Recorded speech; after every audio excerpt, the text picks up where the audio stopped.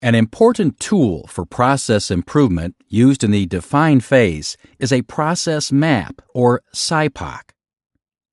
This map provides a visual representation of the current process so that everything is clearly laid out in terms of steps, owners, and process times.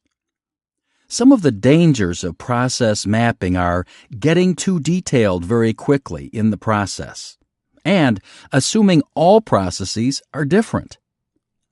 At Harrison Street University, we like to follow a phased approach to process mapping to ensure we are focusing on the things that matter most throughout the process.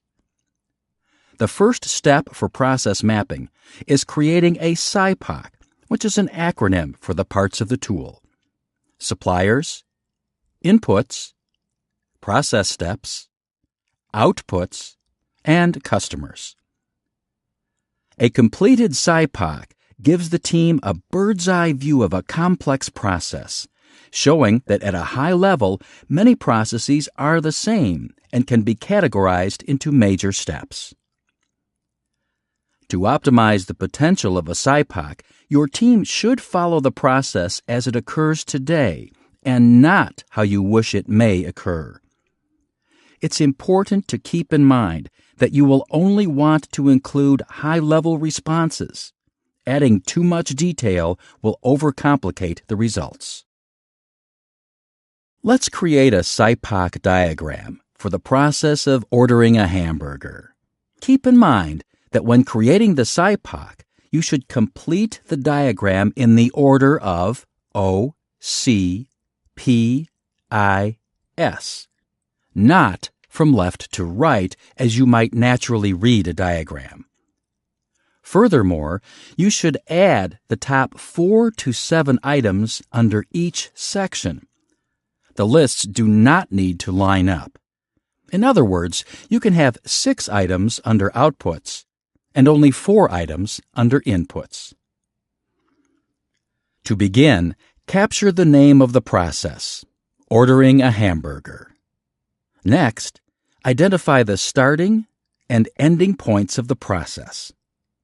The customer enters the store and the customer exits the store. Once your team has agreed on process boundaries, you can begin filling out the Sipoc chart.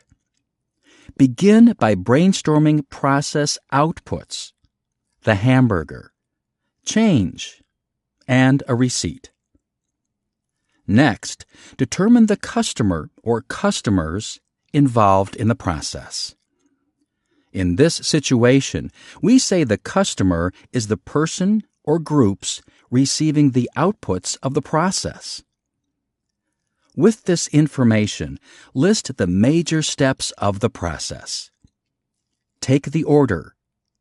Take the payment. Give the customer change and a receipt. Fill the order. And finally, deliver the order.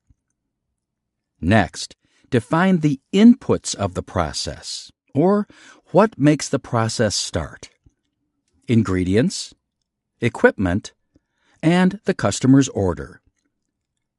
Finally, determine the process suppliers, or who supplies the inputs to the process.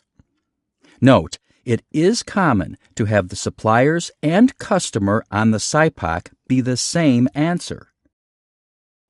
A Sipoc clarifies who should be on the team, helps the team agree on project boundaries and scope, identifies suppliers to and customers of the process, and allows all to realize process views are quite similar regardless of the type of hamburger you order at the restaurant.